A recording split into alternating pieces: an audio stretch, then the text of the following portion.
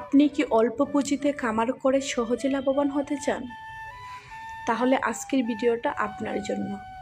আসসালামু আলাইকুম ভিউয়ার্স, আমি আপনাদের সাথে আজকে আলোচনা করব আপনি কিভাবে অল্প পুঁজিতে সহজে খামার করে লাভবান হতে পারবেন। খামার শুরু করতে প্রথমে যে বিষয়টা আপনার মাথায় রাখতে হবে তা হলো প্রাথমিক পুঁজির পরিমাণ। অনেকেই ভাবেন গরুর খামার শুরু করতে বিশাল পুঁজির দরকার, কিন্তু আপনি যদি সঠিক পরিকল্পনা এবং খামার পরিচালনার দক্ষতা জানেন তাহলে আপনি অল্প পুঁজিতে সহজে খামারের সফলতা অর্জন করতে পারবেন।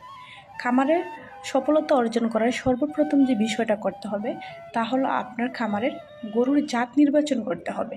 আপনি যদি অল্প পুঁজি নিয়ে খামার শুরু করেন তাহলে আপনার মাঝারি জাতের গরু নির্বাচন করতে হবে এবং আপনার খামারের গবাদি পশুর জন্য সঠিক খাদ্য নির্বাচন করতে হবে। খামারের গবাদি পশুকে দানাদার খাদ্য বাদ দিয়ে কাঁচা ঘাস খাওয়াতে হবে, কারণ কাঁচা ঘাসের কোনো বিকল্প নেই। এখন প্রশ্ন হচ্ছে আপনি কোন ঘাসটা চাষ করবেন। আপনি চাষ করতে পারেন হাইব্রিড সরগম সুদান ঘাস, কারণ এটাতে আছে প্রচুর পরিমাণ প্রোটিন এবং উচ্চ ফলনশীল।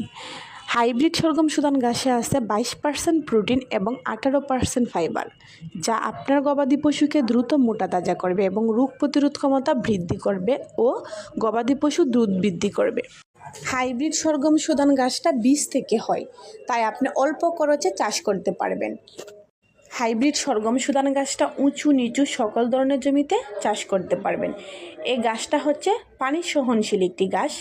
বর্ষার পানিতে অনেক ঘাসই মারা যায়, কিন্তু হাইব্রিড সরগম সুদান ঘাসটা পানি সহনশীল হয়, বর্ষার পানিতে বেঁচে থাকে। এই ঘাসের উচ্চতা 6 থেকে 7 ফুট।